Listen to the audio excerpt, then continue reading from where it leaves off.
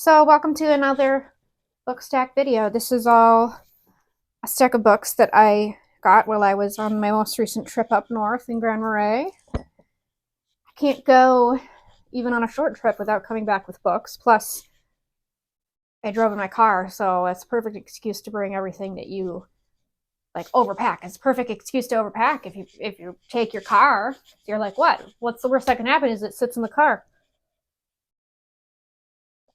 I got a cup of coffee. Comment, like, and subscribe if you feel like it. Um, like I said, let's do this. The first book you will actually be seeing in a few weeks here. I have this already filmed in a haul, but it was more of a crafty haul. And this is called Flying Solo by Linda Holmes. She is the author of the Evie Drake series, and I have heard from more than one bookseller that they themselves are very much enjoying the Evie Drake series. So that's really fun because this is kind of a rom-com-y scenario.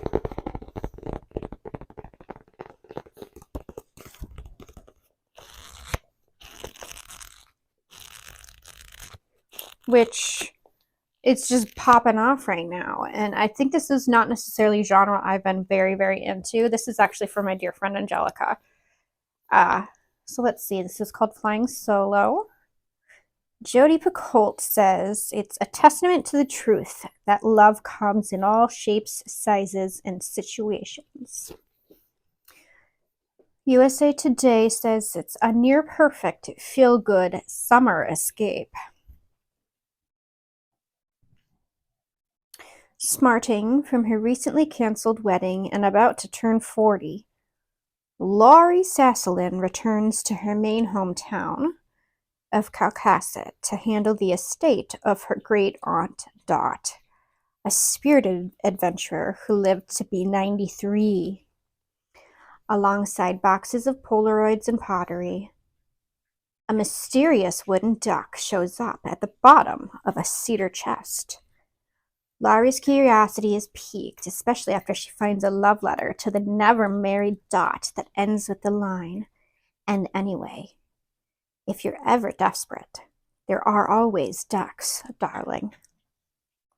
Laurie is told that the duck has no financial value, but after it disappears under suspicious circumstances, she feels compelled to figure out why anyone would steal a wooden duck, and why Dot kept it hidden away in the first place. Suddenly, Laurie finds herself swept up in a righteous caper that has her negotiating with antique dealers and con artists, going on after-hours dates at the local library, and reconnecting with her oldest friend and her first love, of course. Desperate to uncover her great-aunt's secrets, Laurie must reckon with her own past and her future, and ultimately embrace her own vision of flying solo. I mean, I'm sold. I don't care what genre you read. That sounds juicy. Okay, that sounds really fun. Sorry, dog. Sorry, dog. Okay, that's going to be really fun. This next one here is an Anka book.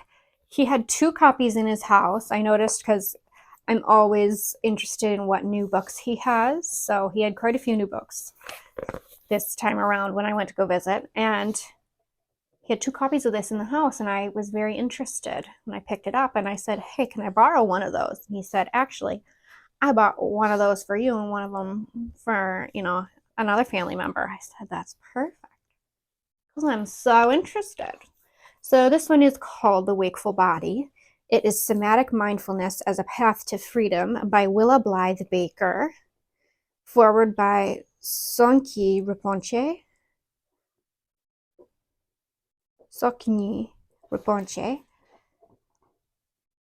Tap into the wisdom of the body with down-to-earth practices that allow the body to become the source of mindfulness. Willa Blythe Baker introduces meditation practice as the cultivation of a way of being rather than a way of doing. It is a way of being that is self-aware, self-compassionate, and embodied. This way of being is not limited to practice on the cushion or the yoga mat. Somatic mindfulness is available at any moment, activated by attention to the body's wisdom and its teachings. The author, Willa Blythe Baker, PhD, is a Buddhist teacher, author, and translator.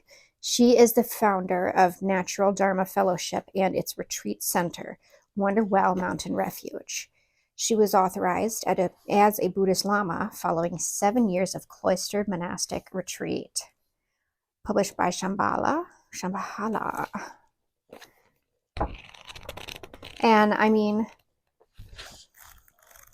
okay, no, thank you. Yeah, you're a nice girl, but I don't want you doing that. Thank you. Anyway, I read the introduction and I'm already very into it. I'm not even onto the first chapter and I'm so into this.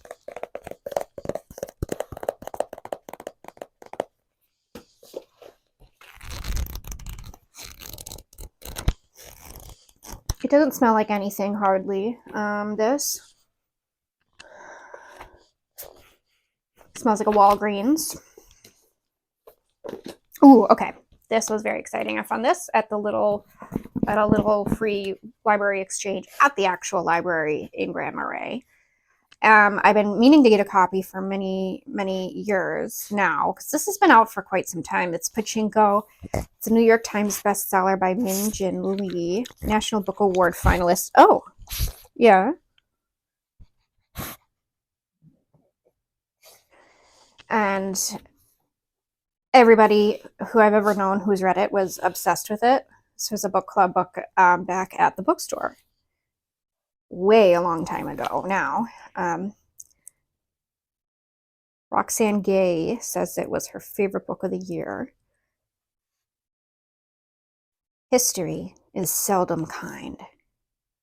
In Min Jin Lee's best-selling magisterial epic, 4 generations of a poor, proud immigrant family fight to control their destinies, exiled from a homeland they never knew. In the early 1900s, teenaged Sunja, the adored daughter of a crippled fisherman, falls for a wealthy stranger at the seashore near her home in Korea. He promises her the world, but when she discovers she's pregnant and that her lover is married, she refuses to be bought. Instead, she accepts an offer of marriage from a gentle, sickly minister passing through on his way to Japan. But her decision to abandon her home and reject her son's powerful father sets off a dramatic saga that will echo down through the generations. That's juicy. Richly told and profoundly moving, Pachinko is a story of love, sacrifice, ambition, and loyalty. From the bustling street markets to the halls of Japan's finest universities, to the pachinko parlors of the criminal underworld, Lee's complex and passionate characters, strong, stubborn women, devoted sisters and sons, fathers shaken by moral crises, survive and thrive against the indifferent arc of history.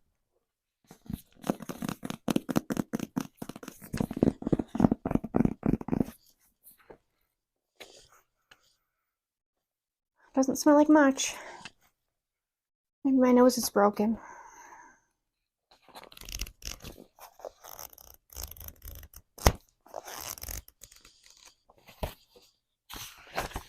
I'm interested when this was printed. 2017 looks like. For Christopher and Sam. Book 1 is called Boyang, or Hometown. Goyang.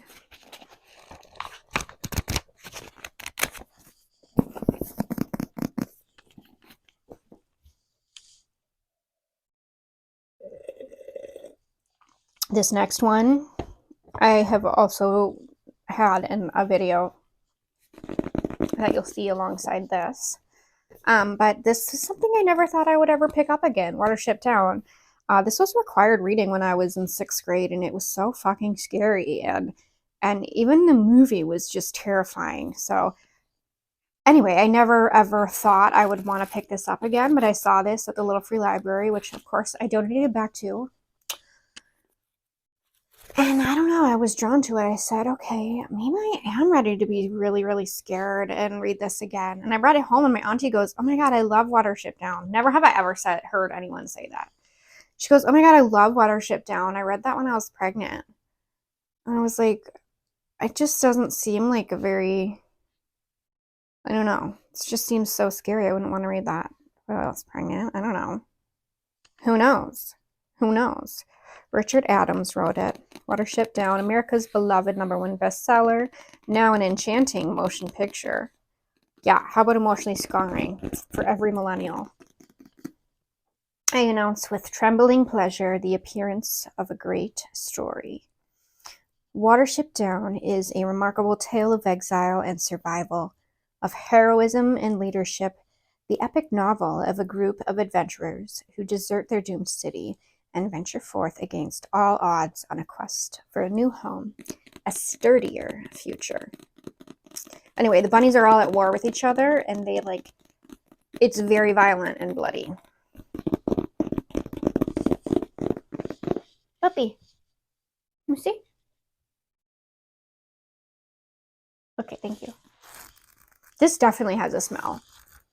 And this is the same edition that we had read back in the day, back in 2006. I was in 6th grade. This was published 1972.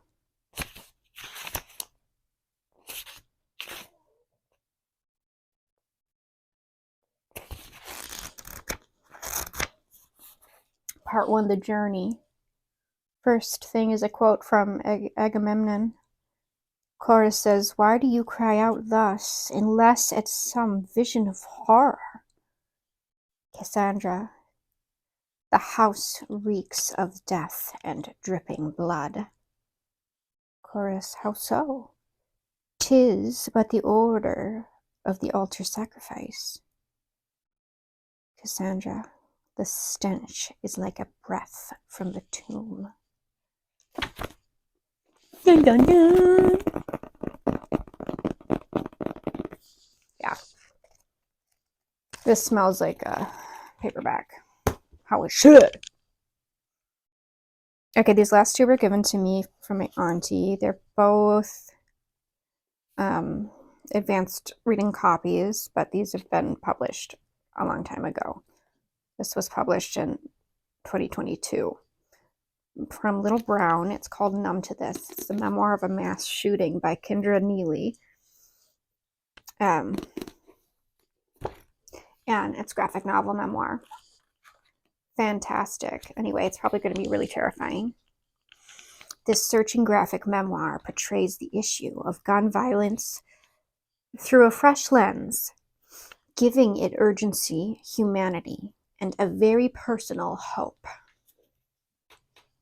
Kendra Neely never expected it to happen to her. No one does, but one day it happened. A mass shooting shattered her college campus. Over the span of a few minutes, on October 1st, 2015, 8 students and a professor lost their lives, and suddenly, Kendra became a survivor. This empathetic and ultimately hopeful graphic memoir recounts Kendra's journey forward from those few minutes that changed everything. It wasn't easy. Every time Kendra took a step toward peace and wholeness, a new mass shooting devastated her again. Las Vegas, Parkland. She was hopeless at times, feeling as if no one was listening, not even at the worldwide demonstration March for Our Lives. But finally, Kendra learned that, for her, The Path Toward Hope. Wow.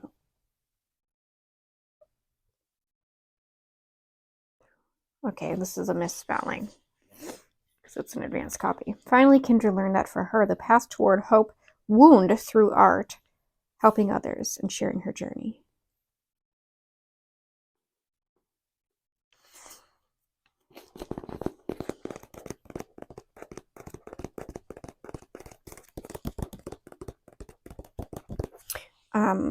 I think this is similar. So this was another advanced one published 2022 by Little Brown, graphic novel by Humama Najim.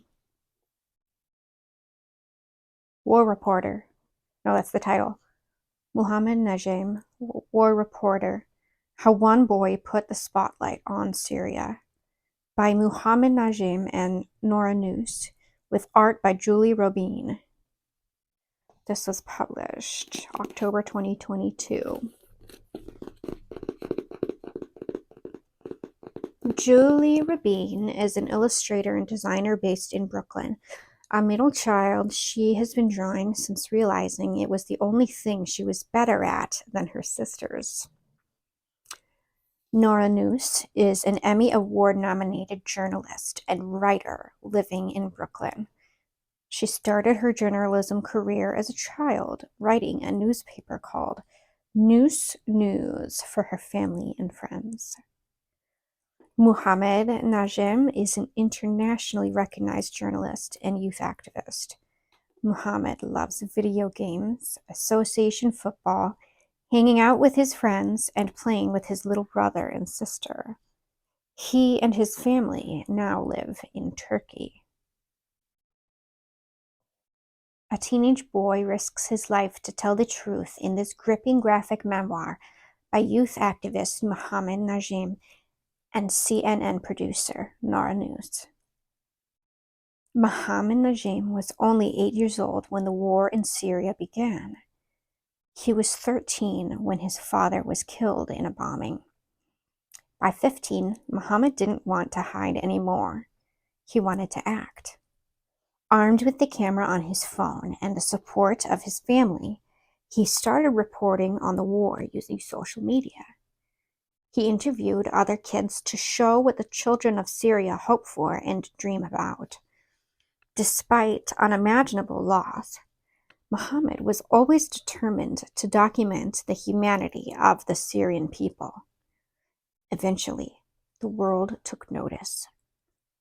This tenderly illustrated graphic memoir is told by Muhammad himself, along with CNN producer Nora Noose, who helped break Muhammad's story and bring his family's plight to an international audience.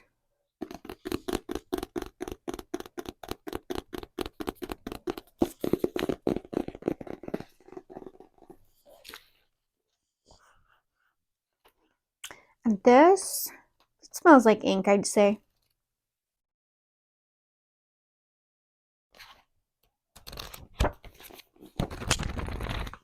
It smells like ink. And so does this one.